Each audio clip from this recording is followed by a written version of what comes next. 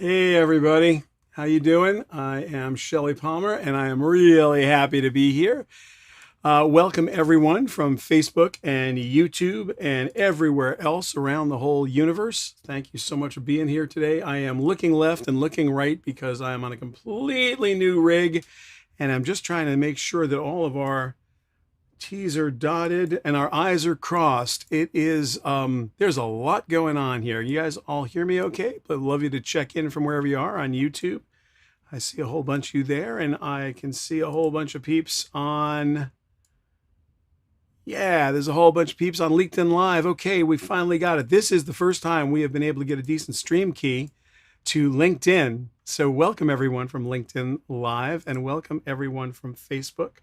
I am hoping that you guys are, in fact, live on Facebook Live, because that would be great if you were. It looks like you are. In fact, it looks like everybody's live everywhere. Wow, a nice crowd is forming. This has been a very, very interesting technological experience for me. Brand new computer last week, and I was able to stream live last week. This week, I decided to get a little crazy and try to do a whole bunch of stuff we've never done before. So I am super psyched that everything is working. We had fully automated stuff going on in the pre-show and scripts everywhere and everything's crazy running, which is nice. So welcome everyone. I'm glad you're all here. This is a Strategy Hacker live stream. I'm Shelly Palmer. By the way, I'm sitting here, probably not doing what I'm supposed to be doing as running the show because I'm so busy looking left and looking right and making sure that we've got all the good stuff happening that's supposed to happen, which it is. Ken Weissman, welcome.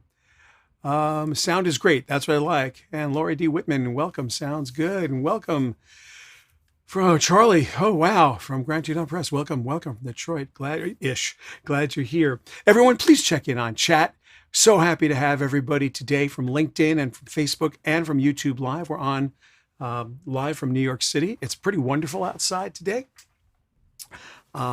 This is like one of those awesome days that you just kind of love being in New York. The craziness with the vaccine is sort of slowly but surely going away. So, regards from sunny but hot West Milford, New Jersey. Hello, Jeffrey. How are you? Yeah, you walk outside and some people are not wearing masks and you get this feeling that it's almost back to normal, which is fantastic. So yeah, it's a great day to be in New York City. Welcome everybody. Today we're going to talk about, oh my goodness, talk about so much stuff. We're going to talk about my new book, which I'm very excited about. We're going to talk about the Amazon MGM deal. How could we not talk about the Amazon MGM deal?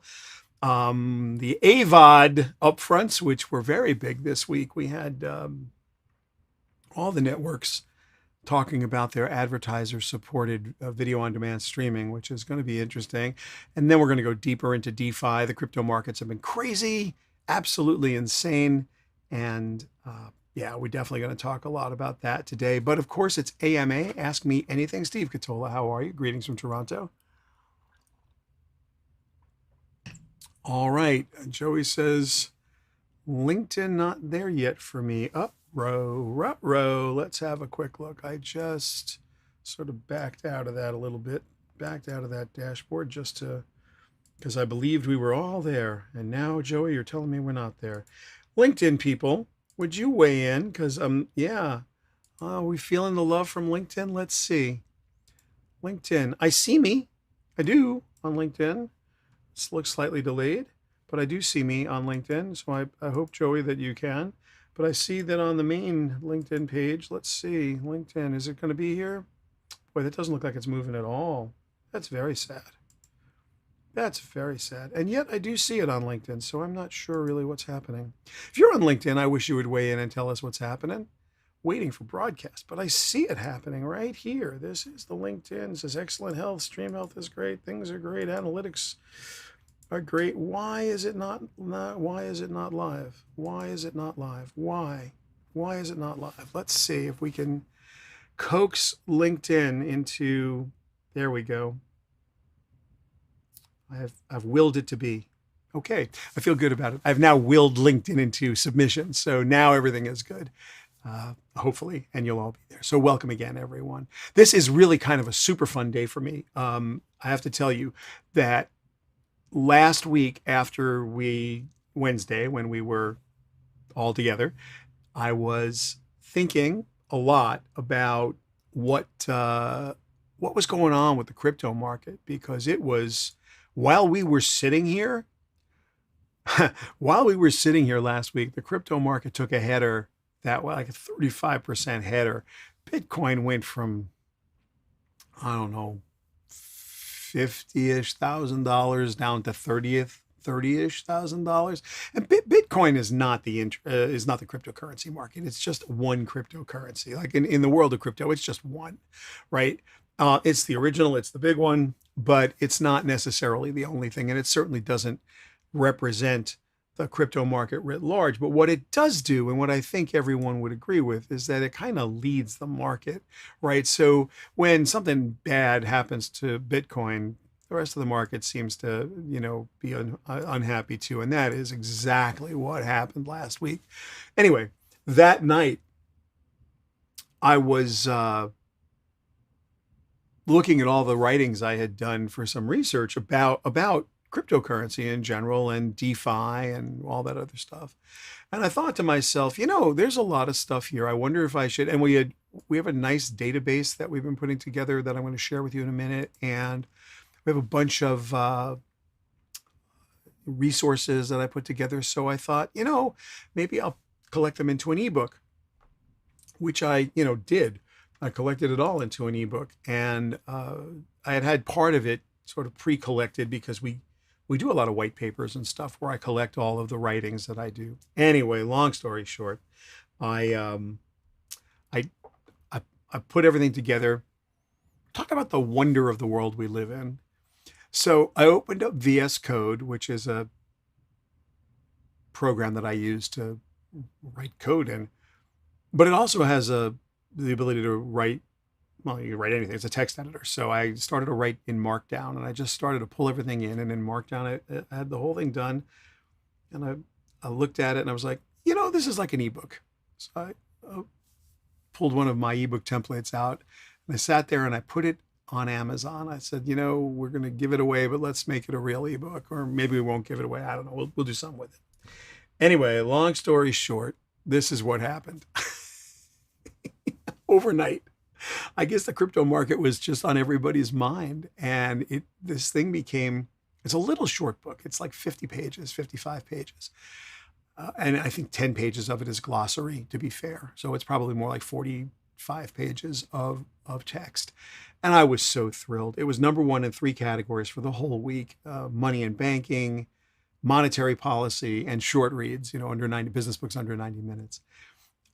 What a kick. Really, what a kick. And I also want to thank all the people who, some of you I can see here in chat, who bought it and left beautiful and wonderful reviews. Thank you for that. I'm really excited about the bestseller list. I didn't expect it. I saw the numbers. That's a lot of books. That's a lot of ebooks. Now it's only $2.99. And to be fair, I'm donating all of my proceeds, which when Amazon's done with you aren't a whole lot. I'm on a $2.99 book, but I'm going to donate all my proceeds to Girls Who Code, which is a wonderful charity. And they do such a great job making a good pipeline of female engineers. That's their kind of mission statement. And I think they do a good job getting there. And I'm very excited to support that organization. So yeah, this book, it's available on Amazon. You can go to shellypalmer.com/books and you will find a whole bunch of things I've written there. But this one is there. It's $2.99. You could probably afford it. And all the proceeds, like I said, go to Girls Who Code, which is all of my proceeds. So that's the good news. And it's a pretty comprehensive look at what it says: blockchain, cryptocurrency, NFTs, and smart contracts. It is an executive guide. All right, let's get into I guess before we get into this, if you're in chat, whether you're on LinkedIn or you are on YouTube or you are on Facebook, please, it's Ask Me Anything. I would love to hear from you. I'm totally happy to take any of your questions. We have a little bit of a syllabus today, if you will, but that's, I'm happy to amend and adjust that as required because Richard Eastburn, oh, thank you. What a wonderful thing to say. Thank you so much. Yeah, I want to take questions today, and I want to make sure that everybody has an opportunity to reach out and talk to us and get their questions answered, whatever they may be. LinkedIn Live people, come on, let's love to have you ask us whatever questions and check in and let me know where you are and what you're doing. So that would be fantastic. I'm excited to see all of your questions and answer them. All right, MGM, Amazon. So I learned something today. I wondered about it too. I thought that they had bought the entire catalog. They didn't. They only bought the part that Turner didn't already own. So they got some cool stuff. They got the James Bond series, and they got Pink Panther, and they got, I guess some of the Rocky movies. They didn't get Singing in the Rain. They didn't get Gone with the Wind. They didn't get the stuff that Turner bought with the Turner Library for $1.5 billion lo those many years ago. So they got a bunch of movies. They got a bunch of TV shows, a lot of TV shows. Warner Brothers, prolific movie studio. That organization puts out some of the best TV in the world, and they've done a great job, really a tremendous job over the years, just making great television. So, Bezos, I think, got a bit of a bargain. You might argue that it was a lot of money. I think that it was a lot of money. There's no way to say that it wasn't. That's a ton of dollars that Amazon, $8.45 billion. But they spent $11 billion last year on content. And they spent about, I'm going to say like $8 billion the year before. So if you look at what they got, it's kind of a bit of a bargain. They will add it to Prime Video, fills out the catalog. A couple people asked me this morning why Netflix didn't buy it. I guess those guys felt they didn't need it. There's a Lord of the Rings original series coming, the most expensive thing ever done in, I think in any television series coming on Amazon Prime, which is impressive to me. So this just feels like something they're doing that makes sense. Hello, Chris Meyer from Las Vegas. Welcome. And I'm excited to see what Amazon's going to do with it. Now, one of the things that I was thinking about, and hey, Bob Sopko, welcome. I was really wondering about the consent decrees from years ago.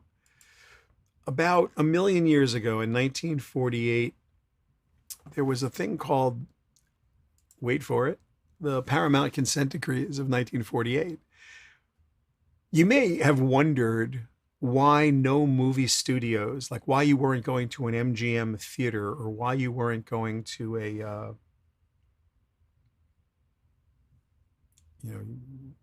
20th Century Fox movie theater. And the reason is in 1948, the Department of Justice decided they weren't having any of that. And they set it up so that movie studios and the movie theater owners had to be separate. So that the lines of distribution were not going to cross in that way. And I think that's interesting, right? I think that was interesting that and August of 20, right in the middle of COVID, they started to roll them back. So it's in a sunset period for 2 years, and then the consent decrees will go away.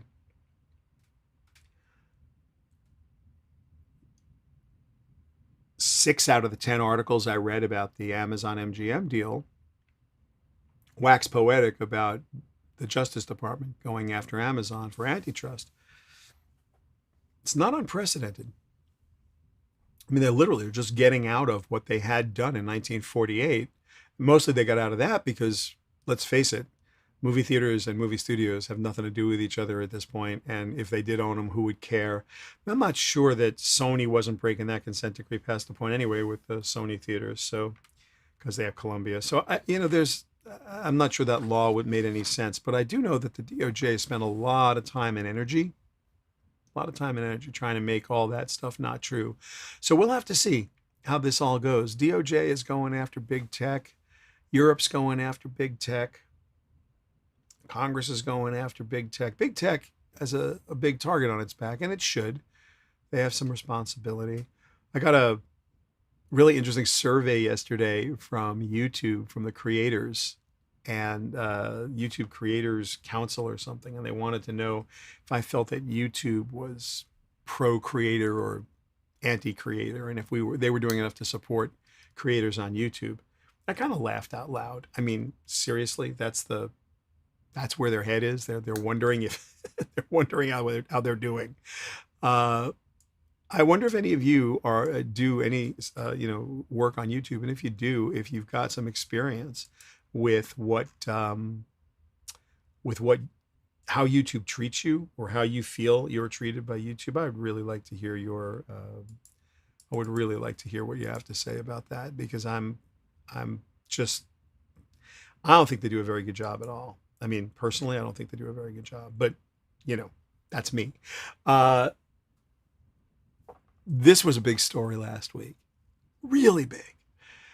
Get ready for streaming ads, lots of them. Last week, we had the traditional upfronts in the television business. And for those of you who are in the TV business or have been around the TV business a long time, this is an archaic marketplace. The TV networks used to sell a fair amount of their inventory, not all of it, but a fair amount at a price. They couldn't afford to sell it all at a discount in the upfronts because they needed some to sell in what's known as the scatter market. So if you didn't buy in the upfronts, you would buy in the scatter afterwards. But big advertisers would come in with their checkbooks, and they would watch the shows, and they'd look at the primetime schedule of each network. And then they'd make a decision of how much advertising they were going to apportion to each network. And it's a pretty fascinating, the whole thing's pretty fascinating. So last week's, upfronts, and I attended a few of them. Like the network schedule, the primetime network schedules were almost an afterthought. Everyone was pushing their online streaming and the streaming on demand. And of course, it's all advertiser supported. So this idea of advertiser supported video on demand, it's a big deal for them. And I think it's a big deal for us. I really do. I think it's a big deal for all of us. And the reason I think it's a big deal for all of us, if you remember when cable started, there was premium cable and some things stayed premium. Then there was free cable, free to the point you paid for cable, but the channels were free over-the-air television on cable, like WNBC, WABC, WCBS, the commercial television stations that were distributed on cable. And they ended up getting, there was some real fight over must carry and then affiliate fees. And that business has been really interesting over the last 30 years. And then there were these dual revenue stream businesses that you paid for, where you paid like for ESPN, but you also had to see ads, right? They got it both ways. They got it coming and going. So here we've got a lot of streaming services that are premium. At the moment, HBO Max is a premium service, right? I mean, there are no ads in HBO Max, but there may be soon. There are no ads in the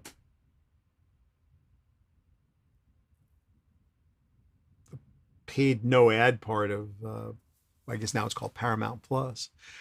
So what are the delineations going to be, and how will this business evolve into a dual revenue stream business? Subscription fees that we pay, plus we'll have to see advertising. I don't know. This is early days, but what everybody's realizing, advertisers need it more than the networks need it. I think the networks could probably survive on just our subscription fees. Yeah, I know the ads are coming at a lower fee because that's why they priced it super high, I think, to begin with. And if you could have the money, rather than see the annoying advertisements, maybe you'll do that. Because the advertisements are actually kind of annoying and and have been for a long time. This is AMA, Ask Me Anything. So your questions are welcome. You can put them in chat. Not only would I like to know who's watching and where you are, but I would be honored if you would tell me a little bit about what you do. And also that would allow you to interact with each other. We do have 3 separate chats going today. We've got the Facebook chat at Facebook Live. We've got the LinkedIn Live chat going on LinkedIn. And we've got a chat going on YouTube Live. At some point, we're going to have to figure out how to get all of you chatters to chat together. Maybe we'll do it on Discord. Maybe we'll do it on Twitter. Speaking of Twitter, I would love it. I mean, truly love it if you guys could find it in your heart to just for a second say something. It doesn't have to be nice, but just say something about watching Strategy Hacker Livestream. That would be awesome if you could do that. I would really appreciate it. At Shelly Palmer is my Twitter handle. And if you would, just, or you can just use my name. You have to use the Twitter handle. But if you can use the Twitter handle, that'd be great. Okay, moving on. Oh, also, YouTubers, if you're new, subscribe and like, because YouTube counts those things for us. And I appreciate that. So, all right, we're going to move on to the world of DeFi because, what did Jim Chase says? It's always the same. Remember in the early 80s, cable had no ads. DVDs had no ads, but now Disney Blu-ray, that's right, forces you to watch about 10 minutes of content. It's really interesting that you say that, Jim, because that was quite controversial a while back where they were forcing you at the beginning of every single DVD you rented or purchased, you've been tortured into watching 10 minutes at least of movie promos, which for all intents and purposes are ads. They are not kind of like ads. They're ads, and there's no way getting around that. So yeah, that was very controversial, and they're still making us do it, which sucks. So there's that. Yeah, we're gonna see how this all plays out. My guess is that we're going to see dual revenue stream really soon. The other thing is, someone just wrote in chat that this is Bezos just wanted to be in the movie business. Hey, David from Denver, welcome.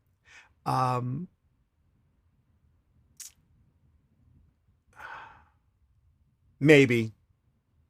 If Jeff Bezos wanted to be in the movie business, like really wanted to be in the movie business, he'd have bought Warner Brothers. He wouldn't have bought MGM. Because AT&T was clearly going to get rid of it. And they could have easily afforded to buy it. I mean, the Discovery thing is, by the way, they may go ahead and buy Discovery and get it all anyway. I mean, although I don't think DOJ would let that happen at this point, now that they have the Warner library, but he made his choices. So, yeah, he made his choices. So, Ken, you've asked me about my new rig. Sure. So, the streaming thing we do today, I use as a way to learn about the toys that are available and the fun that's available. You guys know about the lighting, and you guys know about the cameras. There's a bunch of cameras here, right? There's camera 2 over here. Hello. There's camera 3 over here, another big camera, and this is the room I'm sitting in. The camera 4 is the demo cam, and my coffee cup filled with sparkling water. And this shot is kind of gives you a sense of what's happening here. There's a couple of big monitors, and I've got a thing called Clarity from TC Electronics, which is a loudness level meter. It's not a VU meter. It's about loudness, and on the internet, that's important.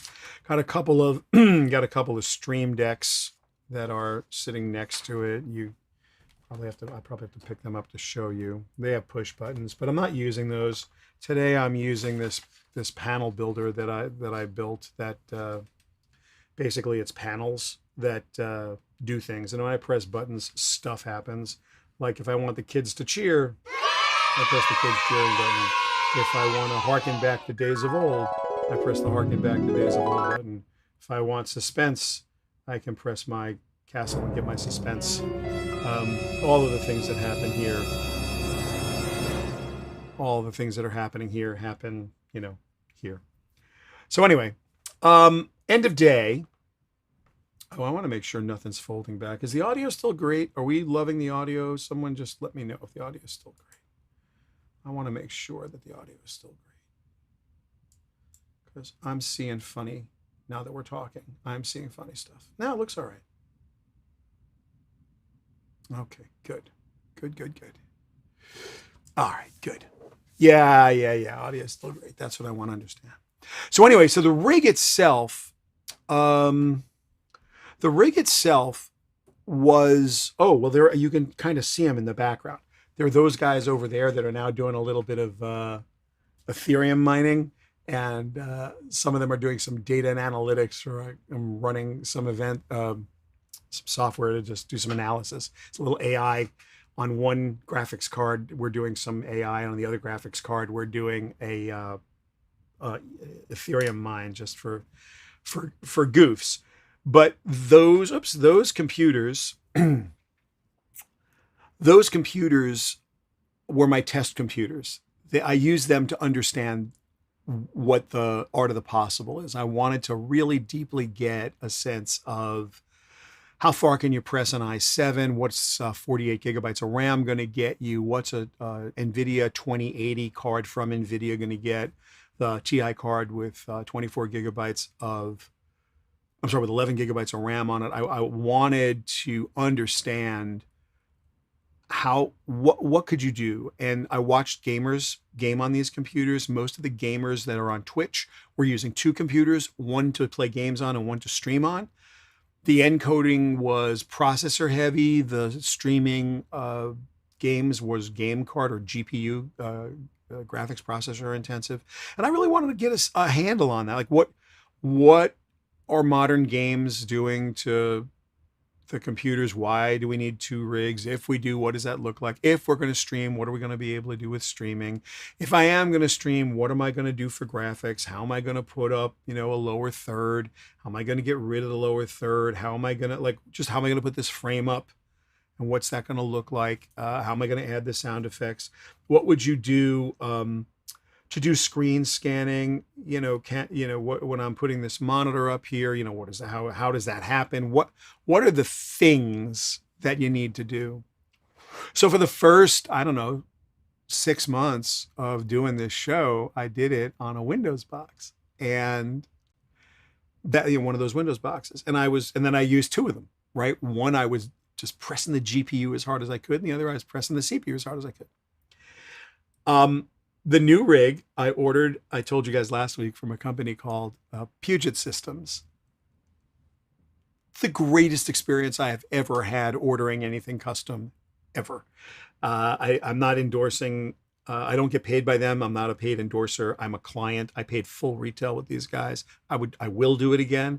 They only do desktops. They will do workstations. They do gaming PCs. They do super high-end stuff. They do such a nice job. And I had them build for me a system that was neither the most badass you could buy nor the least badass. It was like middle badassery. And I did that because I now have a very good of what I believe is a very good understanding of what it is I need in order to do what we're doing here. And that, that's the part that matters, right? Like what do we really, really have? So I'm going to pull the specs up right now just to show it to you so you can see. Let me just open up. I wasn't prepared to do this, so you give me 1 second. I'm going to kind of hook you up. This is, I think we can see everything here. Yeah, I can see it. So this is the this is the rig, right? I just named it Desktop AMD. But this computer is got a Ryzen 9 5950X, and it's a 16-core processor. It's natively 3.4 gigahertz. It's enough. You can overclock it. I don't tend to overclock my computers because of the damage you can do, and the incremental value isn't that big of a deal. I put 128 gigabytes of RAM in there. We're going to talk about why that is in a second. It is a 64-bit operating system. It's Windows Pro, for sure. And, it's in a pretty nice box. Pretty nice. And just a plain black case. It's got a heat sink. It's got like 7 fans in it. So it's set up to run cool, and it's very quiet. I mean, it's a very quiet box. And it's got a NVIDIA 3090 card in it, Founders Edition, 24 gigabyte. So what that means is that it is about 4 times more powerful than the 2080 Ti 11 gigabyte card that was in the HP Gamer that I had been testing. And the CPU is an order of magnitude faster. It's also a 16 core PC. Now, there's one other thing that's happening here. Every piece of software doesn't take advantage of a lot of cores. So you could have a 64 core Threadripper, but if the software that you most run, that you rely on, doesn't have the ability to take advantage of the additional cores, you don't get the value. You could actually buy a better graphics card, like one of their 6000 series cards, and a Threadripper, and have lower streaming performance or lower gaming performance because they're not tweaked that way. So what I did was I use this software that I use is called vMix. I occasionally use OBS, which is a free version of vMix, but it's a free switching and video mixing software that you can get online, OBS Studio, and which is a weird thing for them to call it because it's Open Broadcast, I guess, Studio, but it's free. And I also occasionally use like an ATEM Mini from Blackmagic, which has a lot of software that it relies on as well. I do a fair amount of work in Photoshop. I do a fair amount of work in Adobe Premiere. I do a fair amount of work in Pro Tools, a little bit in Audition, very little, mostly Pro Tools when I'm working on a Windows PC. And I do a lot in Excel, and I do know how to grind an AI model out to the point where it'll torture any processor or any GPU. So I don't tend to do that on my own computers. I tend to rent computer space in the cloud for that, where the computers are faster and better, and to be fair and honest, cheaper for the amount that I use them. There's no reason for me to have that kind of firepower minding its own business most of the time. It's far easier to load the model up to the cloud and do the entire thing virtually, and just rent the amount of horsepower you need. And I'm going to do that with vMix actually in the next couple of weeks. I've got an instance at AWS where I've put an instance of vMix up in the cloud, and the goal would be to be able to run this software, have someone run it remotely, so I can just be talent and someone else can run the thing. But it'll be this camera sent over the network. We'll see if we can get the latency and the delay is right, and we'll see what happens with AWS. So the programs that I run really don't take advantage of more than 16 cores. And so a 16-core computer made sense to me as a CPU. And the Ryzen 9 is a great one. It's fast and it's fantastic. The motherboard is a 570X, I think they pronounce it Aorus, A-O-R-U-S, and Aorus. It's a weird writing. It's a very common motherboard for the gamers. I'm not quite sure how it's pronounced. And on this motherboard, you can get a couple different versions of it. This motherboard is set up to take a couple of graphics cards. I only have one in there at the moment because I could only get one. I have room for another 3090 card, but I couldn't actually lay my hands on one. There's a chip shortage, and there's a shortage of 3090 cards. I waited 10 weeks for this thing as it is. There's another thing that's really interesting. It's the most obscure, most down in the weeds, most insanely silly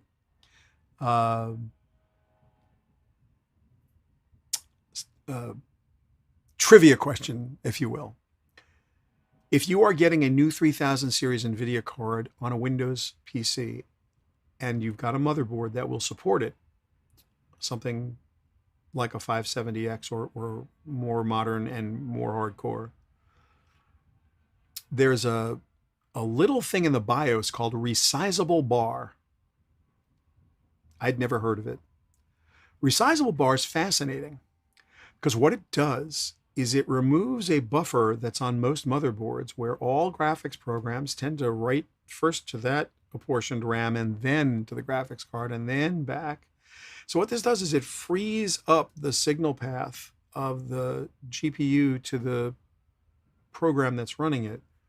I got to tell you, that's amazing because the capacity of this program now to utilize the entirety of the 3090 graphics card has changed the game. This thing is now 50 times more powerful than I thought it was going to be. One little setting, so obscure, I'd never heard of it. I'd never seen it be right. When I was setting up the BIOS of this computer, I was going through it. What's that? And I looked it up, and it's like a couple months old. It's been around a long time, but for the computers the programs that I use, I've only been able to take advantage of for a couple months. Amazing. So the stuff you learn every day, like the most trivial stuff. All right, so that's my rig. It is a Puget Systems AMD based NVIDIA GPU, honking little desktop. Runs really quiet with like 9 fans in it. I get some pictures of it up next week. Well, we'll have some fun with it. Maybe we'll open it up and play with it. Sides come off. It's in a good kit. I just had so much fun with this thing. It's crazy great. It's every once in a while you get to a thing where you're just happy, like it just makes you happy. And I'm enough of a nerd where that just made me happy. So let's talk about the world of DeFi. Dustin Block is asking thoughts on blockchain, the future of digital advertising, and any opportunity here for local media. That is a great, great, great question, Dustin.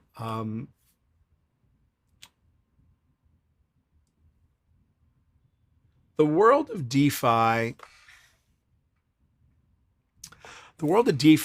is going to democratize a lot of the things that right now cannot be democratized.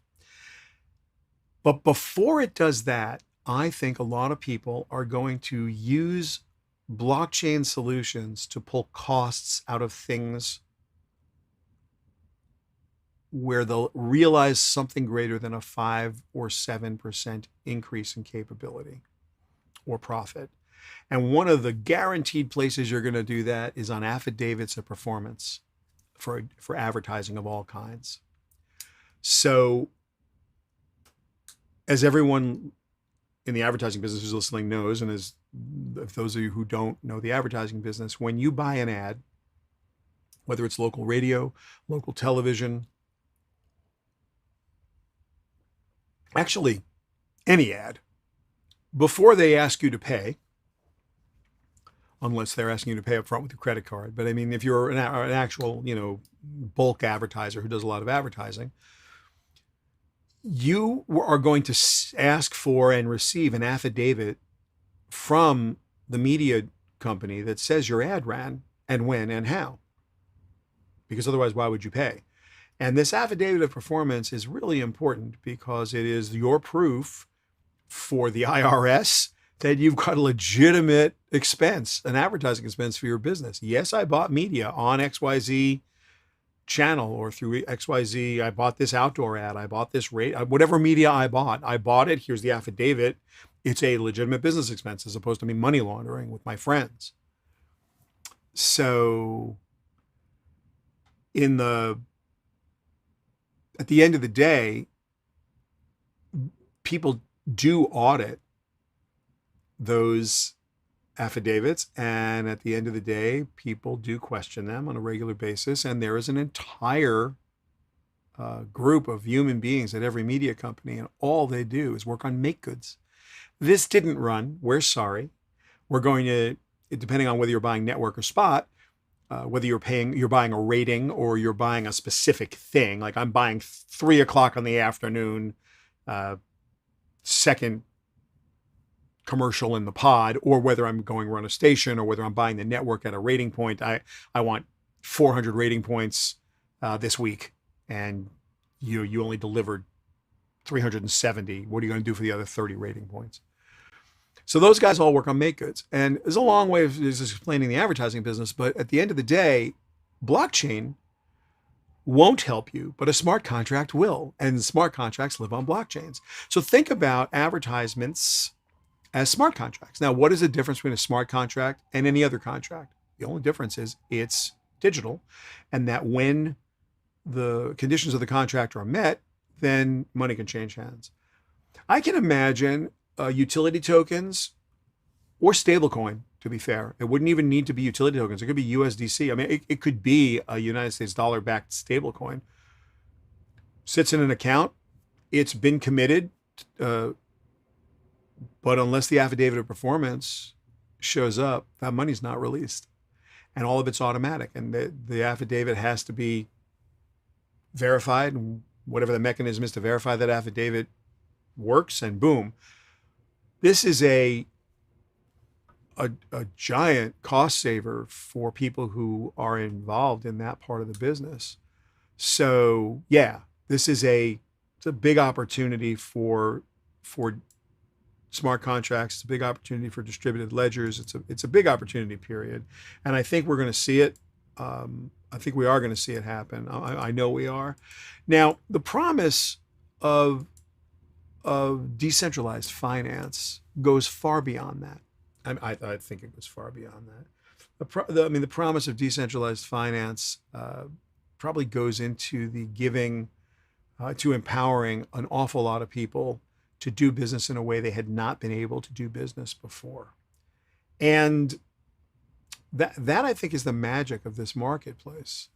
So, when I look at what happened this week to the crypto markets, and this is what happened this week to the crypto markets. I don't know where it is that right this second I'm going to look just now, because I feel like I owe it to this group to, at least in real time, be able to say something about what's happening this second, although I tend not to watch day to day. Yeah, so yesterday morning, just to give you a sense of how volatile this market is, yesterday morning I woke up, my portfolio was 3% up. By the end of the day last night when I went to bed, my portfolio was 12% down, and right now my portfolio is 14% up on the strength of two currencies you probably never heard of. And I'm very long on all of this, so nothing gets sold in my world. I never sell crypto. I don't trade it. I just buy it. So I'm not a trader in that respect. I don't trade crypto. I just go long on it, on the ones I believe in. So yeah, this has been a crazy market. And again, the causes of this crazy market are a little different this time. And I think it's worth going over for 1 second what's some of the root causes of the volatility are right this second, just so everyone understands. China, again, they banned Bitcoin. Now, they've banned Bitcoin a couple times before. They actually banned it in 2013. They also outlawed ICOs in 2017. And now they didn't exactly ban Bitcoin again. They kind of sent a warning, you can't do business with it, which from the Communist Party basically says don't do it. So you're not getting to do it. But this is important because China's got its own stable coin coming out, a digital yuan, which is their own currency. And when they do their currency, they will own the people because they'll own the wealth. And ultimately, their plan is probably to outlaw paper money. What's happened, though, what made this interesting is that big mining companies, not all of them, but some of the big ones, closed up shop or made giant adjustments, like they're not going to buy additional equipment, but a lot of them closed up shop or ceased to do business. These are factories filled with tens of thousands of GPUs. They use a ton of electricity. I don't think anybody who mines crypto is thinking it's a bad thing that a couple giant Chinese mines, Bitcoining mines, shut down. My suspicion is that the miners are going to go where they can do business. So to the level they can get their stuff out of China, and I don't know how possible that is. You could look to see them in Scandinavia, in Iceland, anywhere northern Canada, wherever they can go, Alaska, wherever they can go, where it's cold so that their air conditioning bill is low, and where they can get some kind of renewable energy so that their electricity bills are really low or subsidized. Any nation that will do that for them, that's where they're going to go. I don't think anyone's going to be sad that that mining of Bitcoin is not happening in China to the level that it was. 65% of Bitcoins, and actually all crypto, 65% is mined in China. So making that not true, I think people would think that was cool. Other thing that I think led to this week was this kind of silliness. The IRS put out a thing through the U.S. Treasury report that said that they want every transaction over $10,000 in any cryptocurrency to be reported to the IRS, and they're pretty adamant about it. So when that goes down the way that I think it's going to go down, and it will, it just will. Then we're gonna be in a situation where people are going to take their DeFi into their own hands. What does that mean? I don't think we've seen. I don't think we've seen what this is yet. A few weeks ago, Visa said that they were going to get into the business of DeFi with Anchorage and Crypto.com. But Visa is a central authority, like the Fed of the United States, like the U.S. Treasury, like the U.S. government. And so you don't really want your decentralized cryptocurrency going through a centralized exchange. The biggest problem we have in the entire crypto world, which is yet to be solved. Let me see if I can just do this real quick for you guys. Let me see if I can find just a really quick, let's look at prices real fast. So here, these are prices, I just grabbed crypto.com. All these prices here, Bitcoin, Ethereum, Tether, they're getting these numbers from somewhere, right? So where are they getting the numbers from? Well, it's got to come from a database somewhere, right? It must come from some database somewhere, somehow, someplace. There's no way that they just invent this. There's data online that they have to get their hands on. And in order for them to get their hands on this data, it's got to go through a bunch of things. Well, when your smart contract needs data like this, it's got to go through something that's semi-centralized. And what I mean by semi-centralized is it has to actually go to a central authority. And there are these tools called oracles, and they are the platforms that sort of glue together outside data and cryptocurrency. And those are still central authorities. So that's got to get fixed too. But as all that gets fixed, we're going to start to see a very different world emerge where people are going to start, I think, doing a lot of their own banking. They're going to start doing a lot of their own finance. And it wouldn't surprise me in any way. Just wouldn't surprise me in any way if we're in a different place in a couple of years. The government's going to fight this really hard. They're going to fight it really, really hard. And we'll see who wins. My guess is the smartest people will figure something out. Ultimately, the governments are going to figure something out. There's a G7 is going to meet. They're looking at a 15% minimum global corporate tax. There's a bunch of things these guys are looking at that are all pushing everyone, in my mind, towards some DeFi solution. While I got you, I'd love you to check out TechStream with Seth Everett and Shelly Palmer, or with Shelly Palmer and Seth Everett. Not Oracle Corp. No. Oracles, like Chainlink or Umbrella Network or Chainlink Network, not Oracle, the company Oracle. No. I'd love you to check out TechStream with Shelly Palmer and Seth Everett. It's, pop culture you love and tech you dream about. And Seth and I drop one every Tuesday. They're at Apple and Spotify and Amazon, oddly enough, and Google Play. So if you'd be kind enough to check that out, I'd like it if you would. We've had so much fun doing it. We dropped one on Towel Day and had a lot of fun. That was yesterday. Had a lot of fun doing that. And while we're on the subject, if you want to come to our salons, Leading Edge Tech is on Tuesdays. Women Championing Women is on Wednesdays. And Leading Edge Tech is on Thursdays tomorrow. They're 11:05 to 11:30. You can go to shellypalmer.com/salons and get your credentials there. And please join us. They're really great people, and we do some breakout sessions, and we have a lot of fun. It's just all great. And of course, still, if you wouldn't mind checking it out, or if you're interested in the DeFi story, the decentralized finance story, I take it pretty deep in the shortest possible period of time. At shellypalmer.com/books, you can see all the books. And again, I'm donating my proceeds to Girls Who Code. So you can do well or by doing good, or do good by doing well. You can donate to them by buying this book. Yeah, that's the number one way I can think about it. So look, let's get some more questions from everyone, because that's I could go on for a long time about what's going on in the world of DeFi. The crypto crash was crazy. It's stabilized for a minute, but look, it won't stabilize for long. If you're in this as a speculator, that's a casino is a casino.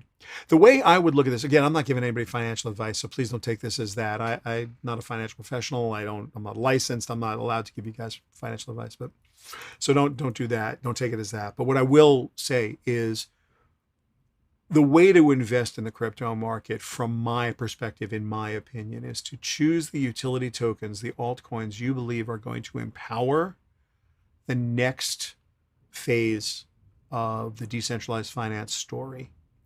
So if you look at Polygon, this layer 2 solution, for example, Polygon, their utility token is called MATIC, M-A-T-I-C. It's doing okay. It dipped a little, but it's come back about the same as the market's come back. Did it dip as much as the rest? I don't think it did, but it doesn't matter. I mean, it's something I believe in. And why do I believe in it? Because this layer 2 solution allows people with very, very low transaction or gas fees, with very short transaction times, which is not enjoyed by regular smart contracts on Ethereum at the moment, or any NFT, to transact business, to do all kinds of interesting new things. Now, there's there's a dozen layer 2 solutions out there right this minute. Another one started maybe less to more fanfare because you've heard of it probably, but it's not quite the same thing. Internet computers showed up, which was, great. They are saying that they've rebuilt computing and the internet, and you could go ahead and build anything on the internet computer.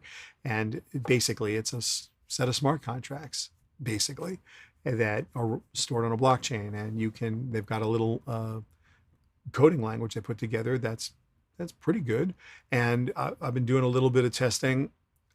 It's owned by some very big VCs. I think it's more of a financial engineering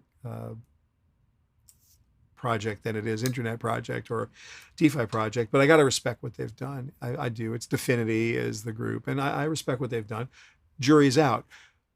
I may not like that one. You may. I may not like Polygon. You may. I may like Polygon. If you see a protocol or a platform that you feel the future will be built on, or that has a chance of pioneering a way into the next generation, that's where you invest and you go long, because you got to believe in that group. And if you don't believe in it, then you're just speculating.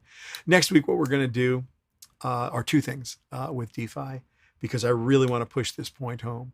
I'm probably going to live. We're going to go and we're going to set up some bots to do some algorithmic cryptocurrency trading, just so I can show you how it's done, and not to encourage you to do it, but just so you can see the level of insanity, that the lengths people will go to set up specific bots to go out and do specific things.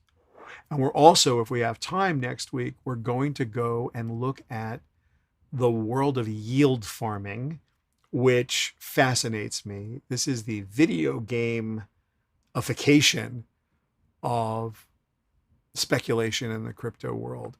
I think it's awful, but it's something you need to see and understand.